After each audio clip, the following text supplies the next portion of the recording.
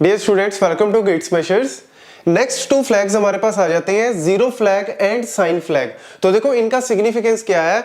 अगर तो हमारा रिजल्ट एग्जीक्यूट करने के बाद, जो इंस्ट्रक्शंस है उनको एग्जीक्यूट करने के बाद हमारा रिजल्ट अगर लेट्स सपोज सारा जीरो आता है तो इसकी वैल्यू क्या हो जाएगी 1।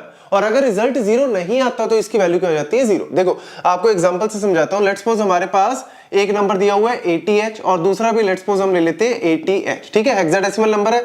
इसको अगर मैं ओपन करके लिखूं तो 8 क्या होता है 1000 और 0 आपको पता ही है। 8 क्या होता है 1000 और 0 आपको पता ही है। तो इसको अगर आप इस तरीके से करते हो और ऐड करते हो तो ऐड करने के बाद देखो यहाँ पे तो सिंपल है, आपको पता है ये सिंपल 0 0 और ये वाला भी आपका 0। अब 1 + 1 क्या होता है 2, मतलब 0 और ये क्या आ गया 1।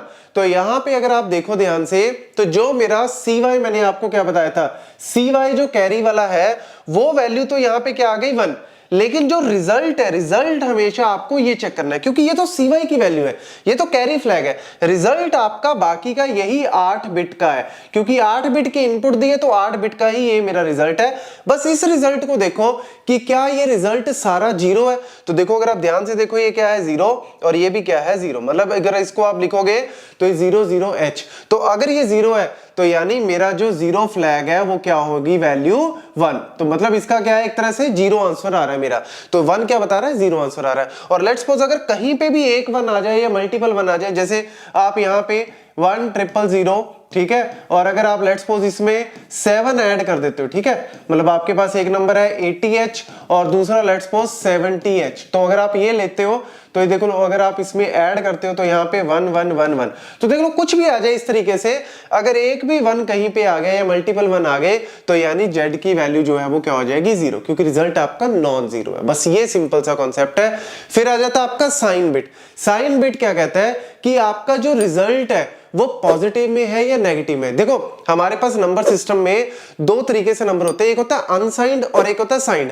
अनसाइंड की बात करें तो जैसे मैं अगर नंबर लिख दूं लेट्स सपोज 110, ठीक है, आपको देखते ही पता लग जाएगा कि ये क्या है 6। इसका अगर आपने डेसिमल इक्विवेलेंट लिखना हो तो क्या लिखोगे 6। क्यों? क्योंकि आप बाय डिफॉल्ट जो है वो अनसाइंड को ही लेके चलते हो और अनसाइंड में आपको पता है कि ये तीनों बिट को कंसीडर करोगे तो ये 6 आंसर आ जाएगा। लेकिन अगर मैं साइंड बोल दूं कि ये नंबर साइंड में, साइंड मतलब या तो साइन मैग्नीट्यूड है या फिर आप 1s कॉम्प्लीमेंट या 2s कॉम्प्लीमेंट में, तो नेगेटिव के केस में हमें पता है कि साइन के केस में ये वाली जो वैल्यू है ये क्या बताती है, साइन बताती है, और बाकी जो है वो मैग्नीट्यूड बताते हैं। तो अगर ये साइन है तो यानी ये अगर 1 लेते हैं तो आपको पता है नेगेटिव को शो करता है, और अगर ये वैल्यू 0 है, MSB बिट जो है वो 0 है तो यानी ये पॉजिटिव नंबर है। बट ये साइन के केस में, अनसाइन में तो कोई ऐसा फंडा ही नहीं, वो बाय डिफॉल्ट सारे पॉजिटिव ही लेके चलते हैं। तो अगर इस तरीके से ये हम यूज करते हैं, वही सेम कॉन्सेप्ट हमारे पास साइन में है। हमने दो नंबर्स हैं उनको लेट्स सपोज ऐड किया है कुछ भी। अब अगर मैं अनसाइंड लेके चलता हूं, अनसाइंड के केस में तो कोई फंडा ही नहीं है। अनसाइंड के केस में तो आपको पता है कि रिजल्ट आपका हमेशा पॉजिटिव। लेकिन अगर लेट्स सपोज मैं ये साइंड नंबर दे दूं कि मेरे पास एक साइन नंबर है, दूसरा साइन नंबर है, और इसको मैंने क्या किया ऐड किया। अगर मैं इन दोनों को ऐड करता हूं, अब देखो जी जो रिजल्ट आया इस रिजल्ट में आप ये D7 बिट चेक करो, क्योंकि ये D0, D1, D2, D3 up to D4, 5, D6 and D7। आप D7 बिट चेक करो। अगर तो D7 बिट क्या आ रही है 0, अगर D7 बिट क्या आ रही है 0, मतलब साइन की वैल्यू क्या है 0, तो यानी एक पॉजिटिव है। अगर इसकी वैल्यू क्या आ जाए लेट्स सपोज 1, तो यानी एक साइन नंबर और S की वैल्यू क्या हो जाएगी 1, और ये क्या है कि नेगेटिव नंबर है। बस सिर्फ आपको D7 बिट को चेक करना है, इसकी वैल्यू 0 है 1, 0 है तो साइन की वैल्यू 0, 1 है तो साइन की वैल्यू 1, और आपको पता है कि 0 जो है वो पॉजिटिव नंबर के लिए, 1 जो है वो नेगेटिव नंबर के लिए यूज होता है। That's it. तो ये सारे फ्लैग जो है वो आपके इस तरीके से कवर होते हैं। Thank you.